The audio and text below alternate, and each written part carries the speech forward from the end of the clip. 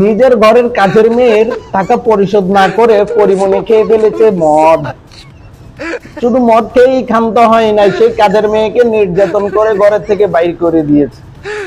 তো যখনই কাজের মেয়ে মিডিয়ার সাক্ষাৎকার দিল, পুরো মিডিয়াতে ভাইরাস হয়ে গেল, তখন পরিমণি লাইভে এসে বলতেছে যে আপনারা আমাদেরকে শেষ করে দিচ্ছেন।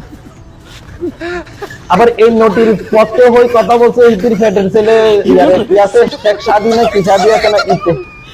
ও ভাই এখন শুনলাম যে কি জানেননি, এখন শুনলাম যে কি ওই শেখ সাদির সাথে বলে হেতির বিছনা আলাদা হয়ে গেছে। পুরো বিয়ে বসলি কবে, বিছনা একসাথে করলি কবে, আবার আলাদা করে ফেললি কবে।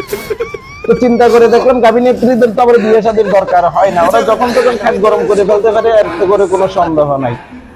কেননা এই পরিমণি এই সেই কাজগুলা করে নাই। তো যত ধরনের নষ্টামি ভ্রষ্টামি আছে, সব ধরনের নষ্টামি ভ্রষ্টামি করেছে এই পরিমণি। এই পরিমণি বিগত 2 দিন আগেও মানুষকে হুমকি দিছে, মানে ইতির অন্যায়ের বিরুদ্ধে যারা প্রতিবাদ করছে তাদেরকে হুমকি নিচে দেখি নিব।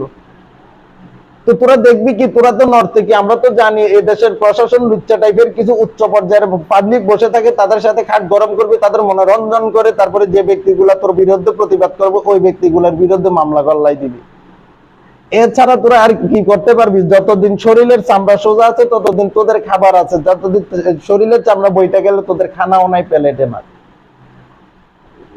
তো আমি তার কারণে বলি, কিছু গাভী নেত্রী আছে, তারা হচ্ছে যে বাজারের প্রতি তার চাইতেও নিকৃষ্ট। যেমন পতিতা যেমন খদ্দরের অপেক্ষায় বসে থাকে, গাভী নেত্রীরাও খদ্দরের অপেক্ষায় বসে থাকে। তবে এই ক্ষেত্রে পতিতা গুলো গাভী নেত্রী গুলার থেকে উত্তম, কারণ গাভী নেত্রীরা হাজার হাজার পতিতারা হাজার হাজার পাবলিকের সামনে শরীর প্রদর্শন করে না, কিন্তু গাভী নেত্রীরা খদ্দরের আসে হাজার হাজার লক্ষ লক্ষ মানুষের সামনে শরীর প্রদর্শন করে। তুই বাজি কাজের মাইয়ের টিয়া পরিশোধ করিয়া না দিবি, কাজের মাইয়ের টিয়া দিয়ে তুই ফ্যাশন শো ফটোশুট করস কিনলে, ফটোশুট করি, এগুলা করি কোনো লাভ আছে, কোনো ফায়দা আছে? সাধারণত কাজের মেয়ের টাকা তুই মেরে খাই ফেলতেছস। তো এই সমাজটাকে ধ্বংসের পিছনে অন্যতম কারণ হচ্ছে পরিমণিদের মতো কিছু নিকৃষ্টতম গাভী নেত্রী।